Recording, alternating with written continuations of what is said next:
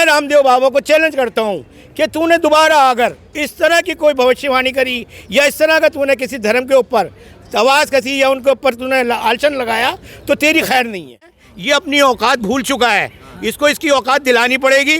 लगता है इसकी दूसरी टांग भी और दूसरी आंख भी तोड़नी पड़ेगी। होम मिनिस्टर साहब से मैं अपील करता हूँ कि इसके ऊपर सख्त कार्रवाई की जाए और ये मुसलमानों से माफ़ी मांगे। ये वही शख्स है जो रामलीला ग्राउंड से रात को पुलिस की डंडों की मार से बचने के लिए कमीज शलवार पहनकर भागा था। इसकी एक आंख कुदरत ने वैसी कहानी कर दी है। सीरियस जिस दिन हम हो गए उस दिन बहुत कुछ कर देंगे हम लोग, लेकिन वो गद्दार है कि जिस थाली में खाता है ये उसी में छेद करता है। तो पेट को तू अपने गोल गोल घुमाता है, इंसानों को बेवकूफ़ बनाता है, तुझसे बड़ा पाखंडी तो इस देश में है ही नहीं। अगर यही बात कोई मुसलमान करता तो उसको तो बगैर सजा के ही जेल में डाल दिया जाता, उसका घर तोड़ दिया जाता, उसका मकान तोड़ दिया जाता।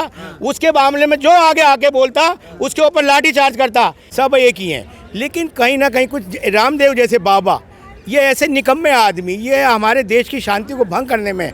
देखिए ये वही शख्स है जो रामलीला ग्राउंड से रात को पुलिस की डंडों की मार से बचने के लिए कमीज शलवार पहनकर भागा था और पतंजलि के नाम से। देखिए मैं मुसलमानों को, ख़ास तौर से मुसलमान भाई बहनों को मैं वार्न कर देता हूँ, समझा देता हूँ, रिक्वेस्ट करता हूँ, प्रार्थना करता हूँ कि जहाँ जहाँ मुस्लिम एरियो में पतंजलि नाम की शॉप हैं, जहाँ से आप इनसे सामान खरीदती हैं, इनके प्रोडक्ट खरीदती हैं, रामदेव काढ़े की कोई भी वस्तु, कोई भी चीज़, कोई भी मेडिसिन जो है इसके नाम से जो भी लेबल है वो ना खरीदा जाए। करें वो राष्ट्रभक्त है, करें हम ही राष्ट्रभक्त है, बाकी सब देशद्रोही हैं।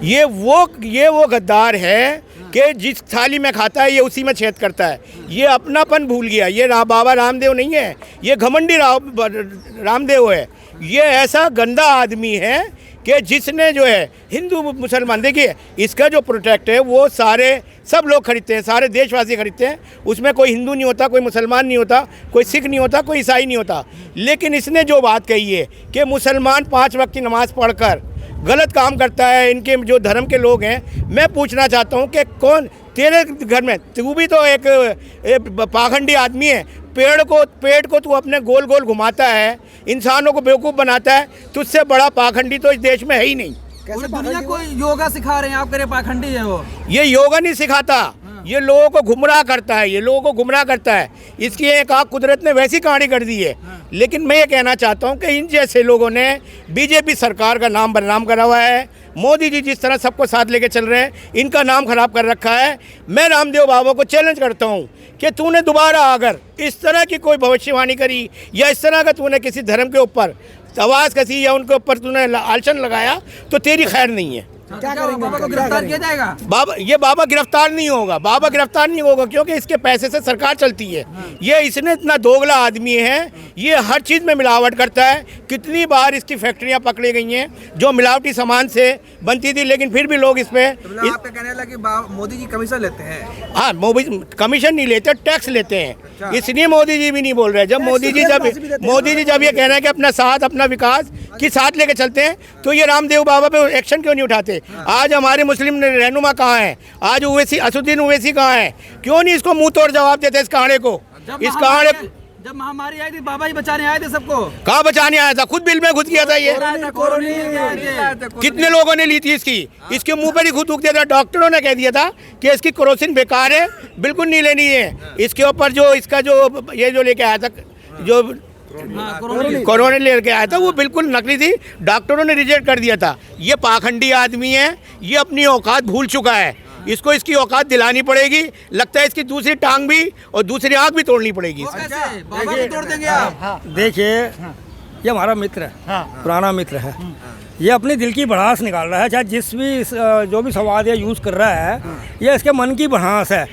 अब जो चीज़ें, अब देखिए कोई ना कोई विवादित बयान कहीं ना कहीं से तो आता ही रहता है।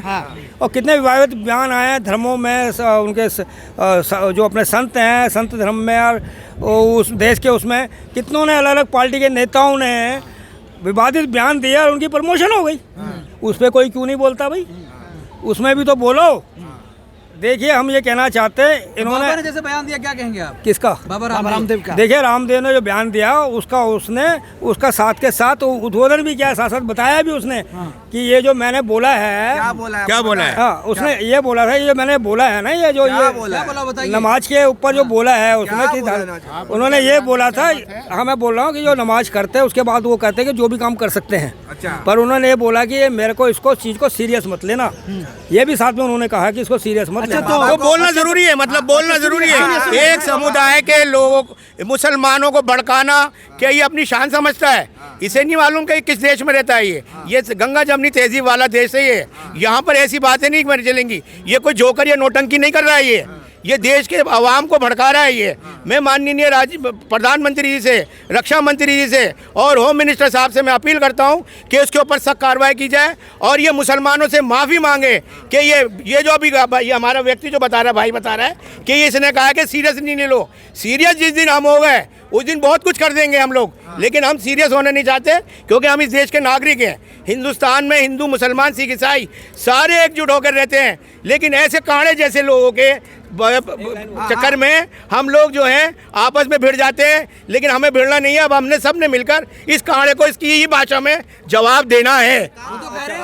मैं यही तो बात आपको कह रहा था। मैं आप एक चीज़ बताइए, आपने अपने जो इसमें रामदेव को कट्टरतावाद दिखाई है, ठीक है ना, सच्चाई है इसमें, पर मैं आपको ये कहना चाहता तो और भी जो कोई नेता लोग हैं जो गलत बोलते हैं, किसी के धर्म का मजाक उड़ाते हैं, धर्म को अपमान करते हैं, उसके बारे में आपने एक बार भी नाम नहीं लिया।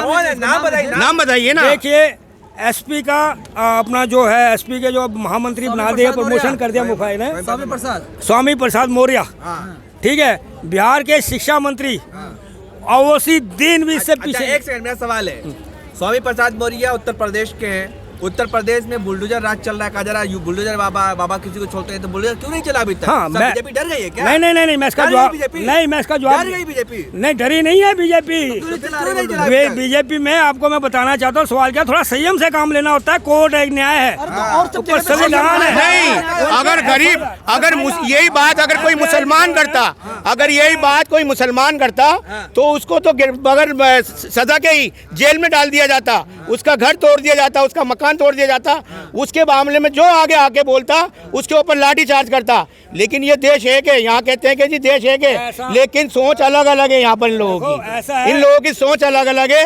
ये राम के नाम पर और अल्लाह के नाम पर ये लोगों को भड़काते हैं। इस मानसिकता से इन्हें दूर रहना पड़ेगा। देखिए आज अगर मैं हैदर अली, जब चरित मानस का अपमान हुआ था तो मैं भी बोला था, चरित मानस का अपमान जब करा था बिहार के शिक्षा मंत्री ने, तो मैंने उसका विरोध किया था कि भाई ये गलत हुआ है। लेकिन आज अगर मेरे इस्लाम के बारे में, मेरी नमाज के बारे में, 5 वक्त की नमाज के बाद ये कहा जाए कि ये लोग लड़कियों के साथ अश्लील करते हैं, गलत करते हैं, तो इसके ऊपर कोई हिंदू टिप्पणी क्यों नहीं कर रहा?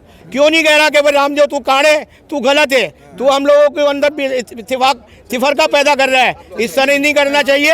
इन लोगों की सोच को बदलना पड़ेगा।